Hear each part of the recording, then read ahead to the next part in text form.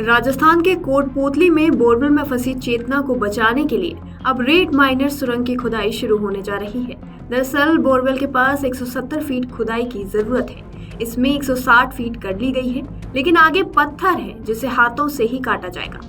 दरअसल चेतना को बोरवेल से निकालने के लिए अब प्रशासन ने रेत माइनर्स को बुलाया है। एनडीआरएफ इंचार्ज योगेश मीना ने बताया, रेस्क्यू के दौरान 155 फीट पर पत्थर आ गया था। इसके बाद पाइलिंग मशीन की बीट चेंज करके 160 फीट तक खुदाई कर ली गई है, लेकिन 170 फीट खुदाई की जरूरत है। इसके बाद बोरवेल तक पहुंचने के लिए हॉरिजॉन्टल खुदाई मैनुअल की जाएगी। इसके लिए अब रेत माइनर्स को काम पर लगाया जा रहा है। इतनी बड़ी घटना के बावजूद कलेक्टर कल्पना अग्रवाल का मौके पर नहीं होने को लेकर स्थानीय लोगों में गहरी नाराजगी थी। हालांकि बताया जा रहा है कि कलेक्टर छुट्टी पर गई हुई थी, लेकिन लोगों का सवाल था कि ऐसी घटनाओं के वक्त कलेक्टर मौके पर नहीं आते हैं तो फिर उनके होने का क्या मतलब है। चेतना अभी रेस्क्यू टीमों से करीब 20-30 फीट की दूरी पर है। बुधवार रात 3 बजे रुके रेस्क्यू ऑपरेशन को गुरुवार सुबह 6 बजे से फिर शुरू किया गया है। नीचे की तरफ करीब 150 फीट का गड्ढा खोदने के बाद एक पत्थर आने से काम रुक गया था। बीते करीब 45 घंटे से चेतना एक देसी जुगाड़ वाली हुकी पर अटकी है। खुदाई पूरी होने के बाद रेत माइनर्स की टीम सुरंग खोदेगी। इससे पहले बुधवार सुबह 8 बजे से पाइलिंग मशीन के जरिए एक समांतर गड्ढा खोदना शुरू किया गया था। दरअसल सोमवार दोपहर करीब 2 बजे कीरतपुर के बड़ियाली की ढाड़ी की चेतना खेलते हुए 700 फीट गहरे बोरवेल में गिर गई थी। चेतना मंगलवार शाम तक उसे देसी जुगाड़ से निकालने की 4 कोशिशें फेल हुई थी। इसके बाद मशीनों को बुलाया गया। बुधवार से चेतना का कैमरे पर कोई मूवमेंट नहीं दिख रहा है। परिवार और ग्रामीणों में रेस्क्यू ऑपरेशन में देरी को लेकर नाराजगी भी है। वहीं बचाव कार्य पर कलेक्टर कल्पना अग्रवाल ने कहा, हमारा फोकस बचाव अभियान पर है और हम बच्ची को बाहर निकालना चाहते हैं। एसडीआरएफ और एनडीआरएफ की टीमों को तुरंत बुलाया गया है और उनके मार्गदर्शन के अनुसार बचाव अभियान चल रहा है। हम बच्ची को जल्द से जल्द बाहर निकालने की कोशिश कर रहे हैं। आइए कलेक्टर कल्पना अग्रवाल का आपको पूरा बयान सुनाते हैं। आप मौके भी पूछे, आपने अभी जानकारी ली, क्या कहना चाहते हैं?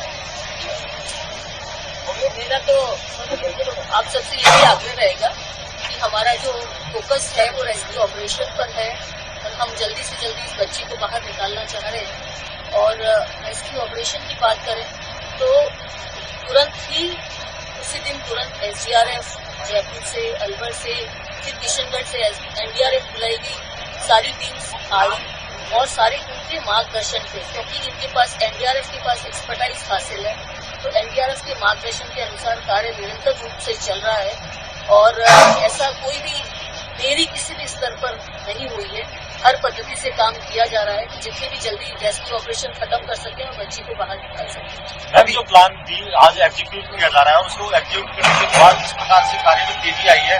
अगर यही प्लान शुरू से को स्टार्ट किया जाता तो शायद कब का ये कम्प्लीट हो चुका होता।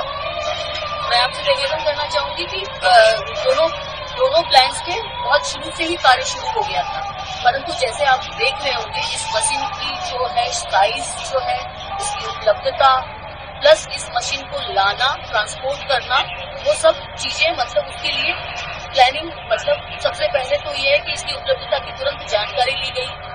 उपलब्धता के बारे में 2 जगह से मशीन लाने का प्रयास किया गया और जो भी कॉन्ट्रैक्टर है उनके द्वारा यहाँ पर पहले आके मौके का सर्वे किया गया कि भाई पहले हम ये देखेंगे कि मशीन मौके पे पहुंच सकती है या नहीं पहुंच सकती है।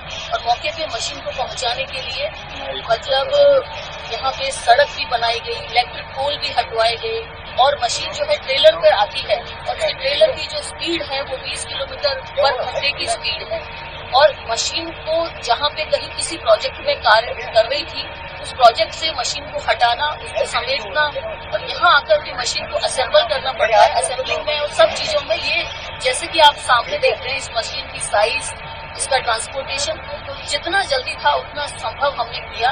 और बाकी कौन सी पद्धति सही रहेगी ये एनडीआरएफ के जो अधिकारी हैं वो एक्सपर्ट हैं, इनको जैसा ठीक लग रहा है कि कभी इनको ए पद्धति समझ आ रही है तो ए पद्धति पे काम कर रहे हैं, प्लान ए पे काम कर रहे हैं। कभी प्लान ए यदि मुश्किल लगता है तो फिर ये प्लान बी पे काम कर रहे हैं। तो इस तरह से हम ये नहीं कह सकते कि प्लान बी वाला शुरू से ही कर देना चाहिए था, या क्योंकि ये एक्सपर्ट्स हैं और पूर्व में इस तरह के इन्होंने मौका पे कई सारे ऑपरेशन किए हुए हैं जिनके दिशा निर्देशानुसार कार्य कर रहे हैं। हम सबकी यही कोशिश है, आप सब भी इसी कोशिश में, इसी दुआ में लगे हुए हैं कि बच्ची जल्दी से जल्दी बाहर आए।